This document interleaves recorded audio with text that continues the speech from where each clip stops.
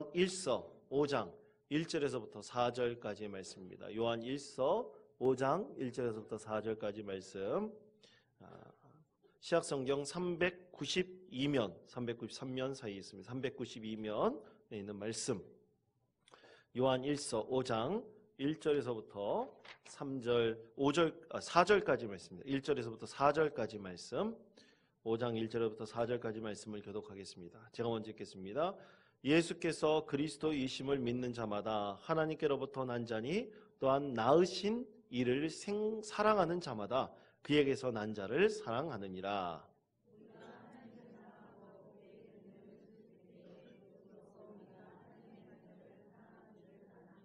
하나님을 사랑하는 것은 이것이니 우리가 그의 계명들을 지키는 것이라.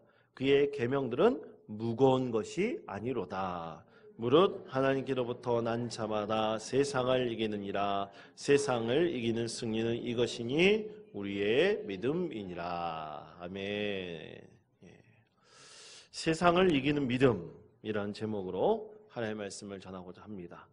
여러분, 그리스도인들 중에서 이 고통에 대해서 세 가지 태도를 보인다고 합니다. 이 세 가지 태도인데요, 여러분 한번 들어보시기 바랍니다. 첫 번째 태도는 뭐냐? 그리스도인들이 이 고통에 대해서 하나님께서 정말로 신실한 믿음의 사람이라면 이 고통을 겪지 않게 해주실 것이다, 그런 마음을 갖는답니다. 여러분, 신실한 믿음의 사람이면 정말 고통을 겪지 않을까요? 겪을까요?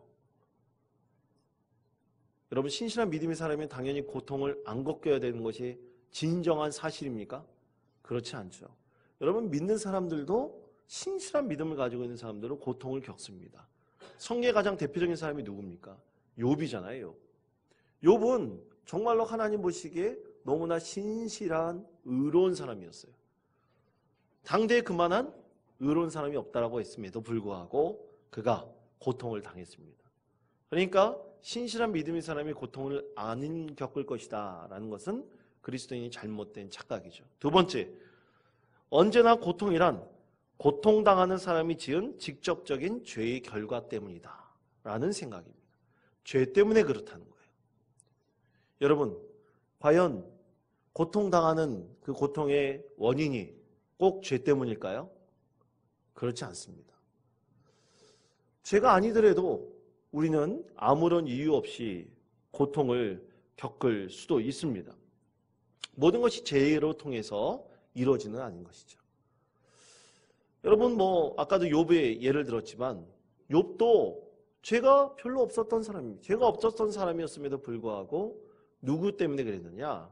이 사단의 사단의 계략 때문에, 사단이 그를 시게 하였기 때문에 그가 고통에 놓이게 되었죠. 또 세 번째로, 나 혼자만 이런 문제를 안고 산다는 믿음을 가지고 있습니다. 그리스도인 중에 착각 중에 하나가 바로 이것입니다. 나 혼자만 이런 문제를 겪는다. 고통은 혹시 나만 겪는다. 여러분, 혹시 나만 겪는 고통이다라고 생각해 본 적 있지 않습니까? 왜 나만 이렇게 아플까? 나만 이렇게 힘들까? 왜 나만 겪는 고난이냐고 슬퍼하지 마세요. 혹시 그런 찬양도 있지 않습니까? 여러분, 고통이 나만 겪는 것은 꼭 아닙니다. 또 동일한 고통을 나만 꼭 겪고 있다라고 볼 수도 없어요. 예를 들어서 여러분, 우리가 꼭 기대해야 될 게 하나 있는데, 여러분, 경기도 파주에 돼지열병 들어보셨습니까? 돼지열병이라는 게, 들어보셨죠? 너무 똑똑하십니다. 돼지열병이라는 것이 지금 퍼졌다고 합니다. 우리나라에 처음 발생했다고 하는데, 그렇게 막으려고 했는데 어떻게 들어왔대요. 그 원인이 뭔지 모릅니다. 하여간 원인이 뭔지 모르지만 일단은 막아야 되잖아요. 그런데 여러분, 이 돼지열병이 그 농가 하나만의 고통일까요? 그렇지 않습니다. 이것으로 인해서 수천 마리의 돼지들이 그만 살처분을 당하는 고통을 당합니다. 그리고 그 살처분을 해야 되는 사람들이 누구예요? 국가 공무원들이에요. 그들도 고통을 당합니다. 그리고 주변에 있는 사람들도 그 농가 근처에는 접근하면 안 돼요. 3km 이내는 모두 다 폐쇄했다고 합니다. 그리고 일시적으로 이제 돼지고기 유통도 이제 중지시켰다고 합니다. 그런 것들은 다 누구예요? 한 사람의 고통, 어떤 사람들의 고통이 아니라 모든 사람들이 하나의 어려움으로 인해서 고통을 당할 수가 있는 것이죠. 그러니까 고통 곧 나 혼자만 겪는 것이 아니라 그 하나의 고통도 여러 사람들이 똑같이 경험할 수 있다는 것이죠. 물론 경중은 있습니다.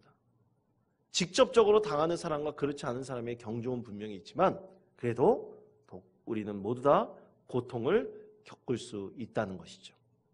그런데 하나님께서는 참으로 역설적이게도 이 고통 속에 살고 있는 그리스도인들에게 소망을 주십니다. 그 소망을 얻고 소망을 주는 은혜와 기쁨을 체험하는 것이 바로 우리 그리스도인들의 믿음인 것이죠. 그런데 여러분, 오늘 말씀은 이런 믿음 가운데서 고통을 어떻게 극복해 나가는가, 이 세상을 이기는 믿음에 대해서 말씀하고 있습니다. 그런데 많은 그리스도인이 자칫 잘못하면 이 세상을 이기는 믿음이, 정말 세상을 이기는 믿음이 세상의 고통을 전혀 받지 않는 믿음이다라고 이해하는 분들이 있어요. 과연 그럴까? 그렇지 않습니다. 그럼 세상을 이기는 믿음이 무엇인가? 시편 119편에 그 시인은 고통이 나에게 주는 유익이 있다라고 그랬어요.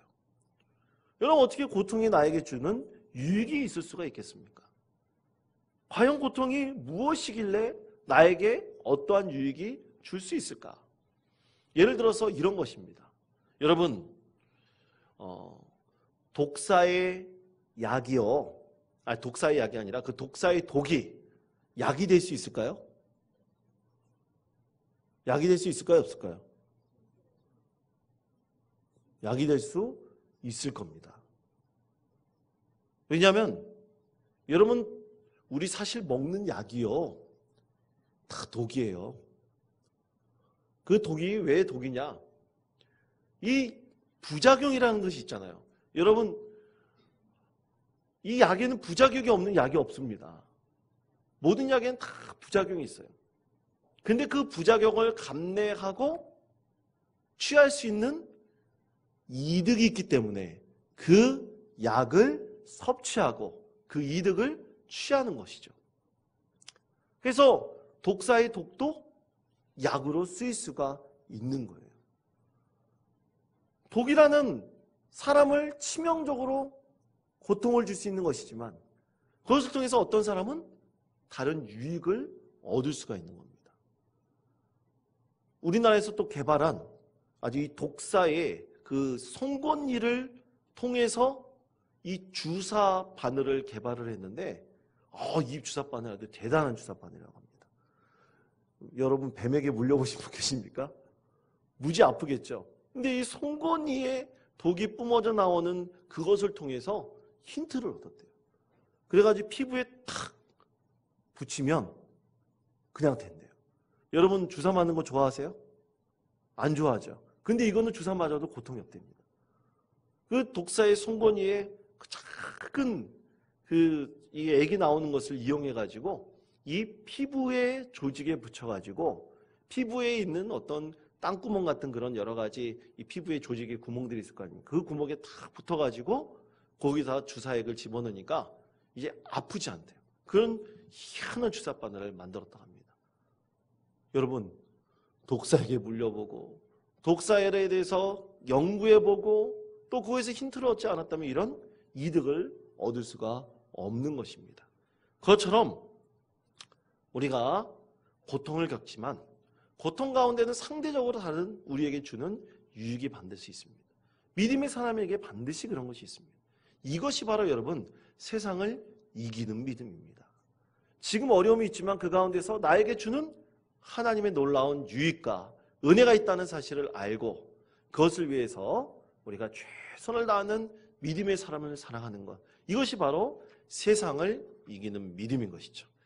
자, 그렇다면 이 세상을 이기는 믿음이 우리에게 어떤 유익을 줄까? 여러분, 4절 말씀을 보십시오. 5장 4절 말씀 다 같이 읽겠습니다. 무릇 하나님께로부터 난 자마다 세상을 이기느니라. 세상을 이기는 승리는 이것이니 우리의 믿음이니라. 아멘. 이 성경 말씀을 좀 더 쉽게 번역해 놓은 이 현대어 성경에서는 이 부분에 대해서 하반 부분, 이 세상을 이기는 승리는 이것이 우리 믿음입니다. 이것에 대해서 이렇게 번역을 하고 있습니다. 여러분 들어보십시오. 하나님의 자녀들은 4절 전체입니다.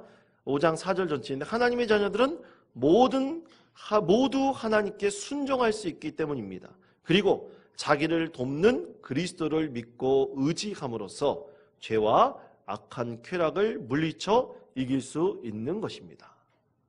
그러니까 이 현대어 성경에서 번역하고 있는 세상을 이기는 승리는 자기를 돕는 그리스도를 믿고 그 그리스도를 의지함으로써 이 세상의 악한 쾌락을 물리쳐 이기는 것이 세상을 이기는 믿음이다.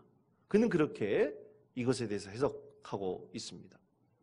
여러분, 세상에서 고통받을 수 있지만 우리가 얻는 유익은 바로 예수 그리스도를 믿고 의지함으로써 세상의 죄악과 악한 쾌락으로 우리에게 받는 고통을 물리치고 그리고 그것을 통해서 하나님의 은혜를 경험하는 것, 이것이 바로 세상을 이기는 믿음이고 이 믿음을 통해서 우리가 얻는 유익이 반드시 있다는 것이죠. 그렇기 위해서 우리가 고통도 감내하는 것입니다. 인내하는 것입니다. 우리에게 새로운 은혜를 하나님께서 주시기 때문에 우리가 그것에 대해서 감내하고 그것을 인내해 나가는 것이죠.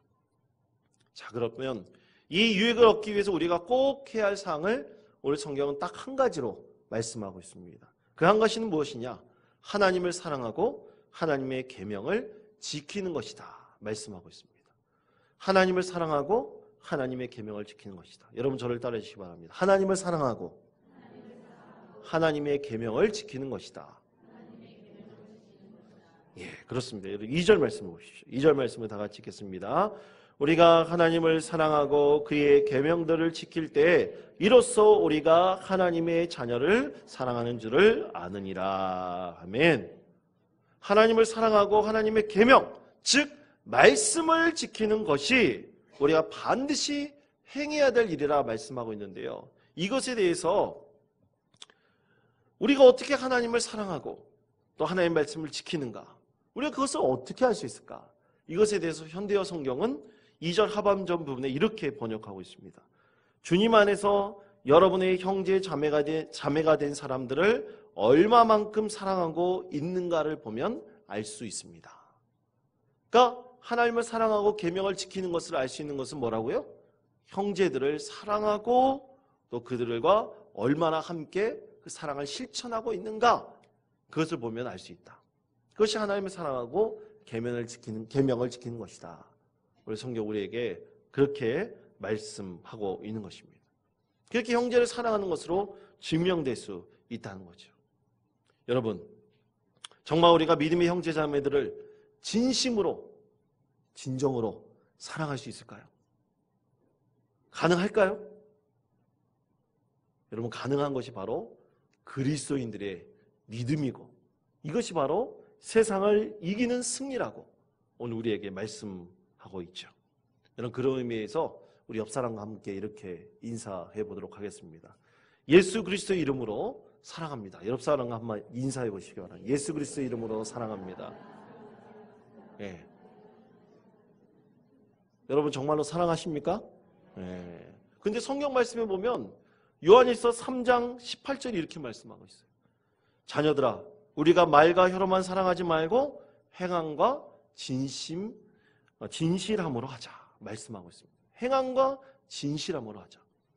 말과 혀로만 사랑하지 말고 행함과 진실함으로 하자. 오늘 성경 말씀의 가장 핵심이 하나님의 말씀을 지키고 그리고 그를 사랑하는 것은 형제를 사랑하는 것으로 증명된다고 말씀하고 있어요. 그것이 그대로 나타나야 된다는 것입니다. 오늘 사도 요한은 이 교회에 있는 모든 성도들에게 하는 얘기가 바로 그 사랑이 증명되는 것이 이 세상을 이기는 믿음, 그것으로 나타나는 우리에게 너무나 엄청난 이득을 가져다 준다는 것을 말씀하고 있지요. 정말 우리 모든 성도들이 이러한 믿음으로 하나님의 영으로 다하여 우리 서로를 사랑하는 우리 모든 성도님 되시길 간절히 축원드립니다. 자, 그런데 이렇게 하기 위해서 가장 중요한 것, 무엇을 행해야 될까? 사랑하기 위해서 가장 해야 될 것은 무엇인가? 저는 개인적으로 사랑한다면 인정하는 것이라고 생각을 합니다. 그리고 용납하는 것이라고 생각을 합니다. 여러분, 사랑은요, 이렇게 용납하고 인정하는 것입니다. 여러분, 이 성경 말씀에서 이런 인정과 용납에 많은 그 성경의 인물들이 있습니다. 저는 그 대표적인 인물이 야곱이라고 생각을 합니다. 여러분, 야곱은 한 배에서 태어난 그 형 에서를 시기하였던 사람이에요. 그리고 열등감 가운데 살았던 사람입니다. 그런데 그가 수십 년이 지난 다음, 그가 외삼촌 라반의 집에 도망가서 살 때 그가 누구를 만납니까? 하나님을 만나지 않습니까? 하나님과 동행하는 삶을 살고 그가 갖고 있었던 그 동생으로서의 시기와 열등감에서 벗어나게 되고요. 그리고 그는 수십 년 이후에 하나님의 말씀하신 그대로 고향으로 돌아갑니다. 여러분, 고향에 돌아가지 않고 살아도 돼요. 외삼촌 라반의 집에서 자기 사랑하는 아내들과 함께 살아도 돼요. 그런데 그는 하나님의 명령에 따라서 그의 형이 살고 있는 에서의 고향, 자기의 고향으로 돌아가게 됩니다. 여러분, 그 가운데 그를 담대하게 할 수 있었던 것은 바로 세상을 이기는 믿음이었던 것입니다. 그가 이런 시기와 열등감에서 벗어날 수 있었기 때문에 그 두려움에서 극복해 나갈 수 있었던 것이고요. 그리고 그것을 통해서 하나님께서 에서의 마음을 움직이게 하셨던 것이죠. 하나님에 대한 그의 이런 믿음과 또 순종이 없었다면 결코 이룰 수 없었던 것입니다. 그래서 하나님께서는 두 형제를 회복시켰고요. 그리고 두 형제가 이 세상에서 가장 담대한 민족을 이루게 만들어 주셨습니다. 그런데 참으로 불행하게도 지금 에서의 후손들과 이 야곱의 후손들은 서로 대립하고 갈등하고 있습니다. 참으로 안타까운 현실인 것이죠. 자, 사랑한다면 행함과 진실함이 없다면 아무 소용이 없습니다. 설사 그 사람이 시도로, 그 사람이 미워도 다시 한번, 미워도 다시 한번, 또 다시 한번 다가가는 것이 바로 우리의 믿음입니다. 그렇지 않고는 결코 하나님의 사랑을 우리가 실천할 수가 없는 것이죠. 여러분, 저는 그런 생각을 종종 할 때가 있습니다. 과연 나를 미워하는 사람이 없을까? 있을까 없을까? 여러분, 저를 미워하는 사람이 있을까요 없을까요? 있다는 말씀하고, 미워하는 사람이 당연히 있습니다. 어떻게 자기가 모든 사람들에게 사랑을 받을 거라고 생각하는 것은, 죄송합니다, 정신 나간 사람입니다. 있을 수가 없는 거예요. 그거는. 예전에 제가 참 사역이 여러 가지 경험이 많은데 이 전도부를 맡을 때였어요. 이 전도부를 맡을 때였었는데 제가 전도부를 맡고 한참 지났는데 제가 이제 그때도 다른 교구를 맡았거든요. 맡았는데 어떤 권사님이 제가 교구 목사니까 신방을 해야 되는데 권사님 신방을 거부하는 거예요. 근데 처음에 저는 몰랐어요. 제가 그런데 되게 둔하거든요. 몰랐는데 나중에 들리는 소문이 나한테 삐졌다는 거예요. 근데 저는 그 권사님한테 한마디도 말을 걸어본 적도 없고 그렇게 깊이 대화를 나눠본 적이 없는데 나에게 왜 그러셨을까?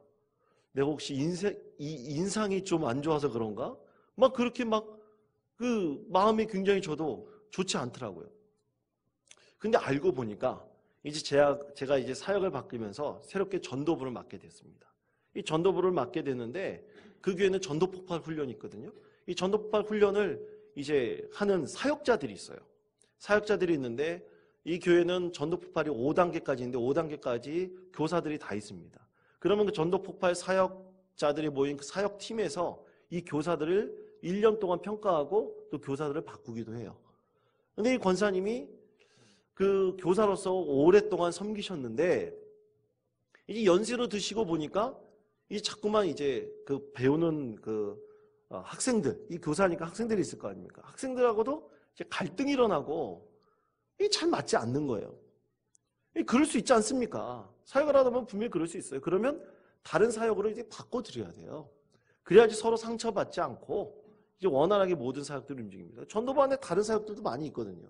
꼭 전도폭발 사역 말고 다른 것이 있는데, 그래서 이 교육자가, 새로운 교육자가 전도부를 맡게 되는 틈을 이용해서 이 사역자들이 이 5명의 교사들을 짜가지고 이 권사님을 제외시키고 이 짜갖고 올라온 거예요. 저는 아무것도 모르고 짜갖고 올라온 겁니다. 그러면 그렇게 하십시오. 왜냐하면 그 경험 있는 사역자들이 그렇게 해왔으니까 그렇게 하십시오. 그러면서 혹시 상처받은 사람 없도록 잘 설명을 하십시오. 왜냐하면 섭섭할 수 있거든요.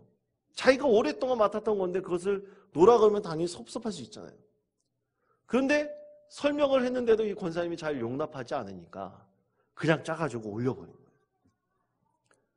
그런데 그 모든 책임을 누가 지게 됐느냐? 다 제가 지게 된 거예요. 제가 담당 교육자니까 아무것도 모르고 괜히 미움을 받게 된 겁니다. 그것도 저희 교구 권사님한테. 그래서 나중에 그 권사님이 그 사실을 알고 저한테 너무너무 섭섭했던 거예요. 제가 한 것처럼 얘기한 거예요. 다른 메신저들이 가가지고 얘기를 했어요. 목사님이 한 게 아니다. 근데 그 권사님은 제가 한 걸로만 계속 생각하시는 거예요. 그래가지고 제가 만나가지고 권사님, 이 권사님 되신 분이 그 정도밖에 신앙이 되지 않습니까? 라고 호통을 치려고 그러다가 호통을 안 치고 제가 그냥 인내하고 기다렸습니다. 그리고 기도하였습니다. 근데 결국 이제 다 하나님께서 그의 마음을 감동시켜 주시고 이해시켜 주시더라고요. 여러분, 그 미움과 그런 것이 오래 가겠습니까? 오래 가지 않습니다. 주님의 사랑으로, 그리고 우리가 함께 갈 수 있다면 다 믿음 안에서 이것이 인정될 수 있고요, 용납할 수 있는 것입니다. 왜냐하면 우리는 세상을 이기는 믿음, 바로 하나님의 사랑과 그의 말씀을 지켜나가는 믿음의 사람들이기 때문입니다. 그러므로 사랑하는 성도 여러분, 우리의 신앙은 이 세상에 많은 사람들이 정말 미워하고 시기하고 질투해도 우리는 그래도 그 미움과 시기와 다툼 가운데서도 서로를 용납하고 인내하는 것, 이것이 세상을 이기는 믿음입니다. 여러분, 그것을 서로 용납하시고 주님의 사랑 안에 거하시는 우리 모든 성도님 되시기를 바랍니다. 여러분, 교회는 다 죄인들이 오는 거예요. 다른 말로 하면, 진짜 속된 말로 하면 죄송합니다, 도둑놈들이 오는 곳이 다 교회입니다. 그런데 거기에서 이렇게 치열하게 살지 않고 말씀 가운데, 그리고 서로 사랑하지 않으면 하나님 앞에 나중에 올라갔을 때 부끄러울까 봐 그런 사람들이 신앙생활을 하는 거예요. 여러분, 자기 잘났다고 하는 사람, 나는 의로운 사람이다, 그런 생각 갖고 있는 사람 교회에 잘 안 옵니다. 다 그런 이기적이고 자기만 잘났다고 하는 사람은 교회 안 와요. 다 죄인 된 사람들이 와서 이곳에서 새로운 믿음의 사람으로 변화되는 것이 바로 그것이 은혜이고 감격인 것입니다. 그러므로 사랑하는 성도 여러분, 세상을 이기는 믿음, 그것은 하나님을 사랑하고 그의 하나님의 계명을 지켜 나가는 것입니다. 그것을 위해서 늘 인내하시고, 그리고 그것을 위해서 기도하시며, 미운 사람이 있다면 그래, 미워해라. 그렇지만 나는 너와 함께 간다. 너와 함께 신앙생활한다. 당신과 함께 신앙생활하는 것이 나의 기쁨이다. 항상 이렇게 기도하시며 서로를 축복하시고 은혜 함께 나누시는 우리 믿음의 공동체 원통 장로교회 모든 성도님 되시기를 간절히 축원드립니다.